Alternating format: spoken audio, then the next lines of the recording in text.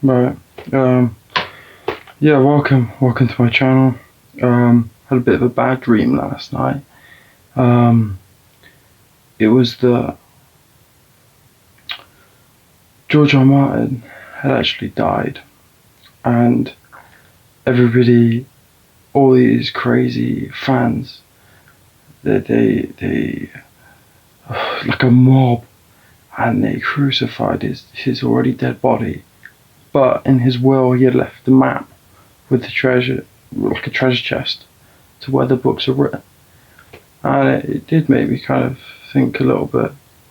So I think really like the issue with George R. R. Martin, what's going on now, like he must be the longest book writer of all time.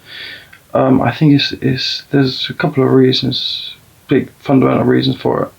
One is that he is predominantly a sci-fi writer. He has not that much experience in writing fantasy. It's mainly sci-fi, hence the introduction of the brand storyline, which we don't even know where it goes in the books. And I don't think he really does. Like so he's more used to editing in comics, and he hasn't really gone into fantasy. Second is that he's actually combining fantasy and sci-fi, which is a new subgenre of fantasy. I know you'd hate me saying the word subgenre, but it's easy to categorize things that way.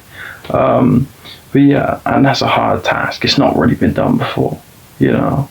Maybe Star Wars, but not really. So if he does that, then hats off. But you know, there's that old fable, you know, with the terror waist and the fucking hair, and you know, and slow and steady wins the race. But this is reality. You know, he could die, and this could be the biggest literary upset in history. Okay. Another few things. I think he's enjoying lavish luxury life a little bit too much. E.g., I have just looked through all of his blog, all of it from start to beginning, and all he fucking talks about is pizza.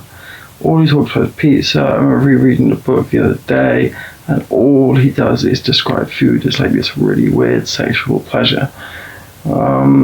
So it's kind of just like, come on, dude, like, you know, just enjoy what you've got. Enjoy the fact that, you know, you've made it finally. You have made it. Your show's really, really bad, and ever since you've stopped, you know, becoming a part of it, ever since, you know, all your episodes are great, but ever since you've left it, it's gone to shit. You know, Dawn stuff. I don't even want to talk about it. Don't even want to talk about it. And I kind of blame him for that too, which is why I'm wearing this. Look. Winter is coming. When is winter coming? When the fuck is winter coming, mate? I don't think it's ever coming. Never. It's never coming. God, the only thing that's coming is George R. R. Martin all over himself when he gets into a new pizza joint in Brooklyn. He's probably wrote more this year about pizza than he has about fucking any of his fantasy work. Though I do see he's releasing magazines and whatnot and all this.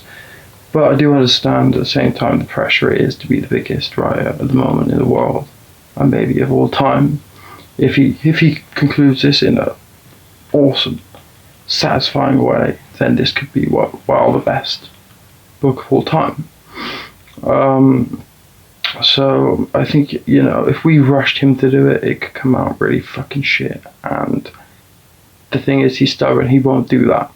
E.g., he had the big argument with the Lost directors and Lost writers, because they felt like the fans guessed it, and the writers changed all the storyline, and it was just a load of nonsense. Whereas George R. Martin has always stuck to his storyline, and he has said that the ending is in the books if you look carefully, which I've discovered a few things. Unreliable narration with the Hound and Sansa, look into that. Just certain odd things. So he's already kind of gave you the ending. But, you know, I don't think that giving him abuse will do any good, really. And at the end of the day, you know, fuck it, man. Like, if he wants a pizza, let him have a fucking pizza. You know?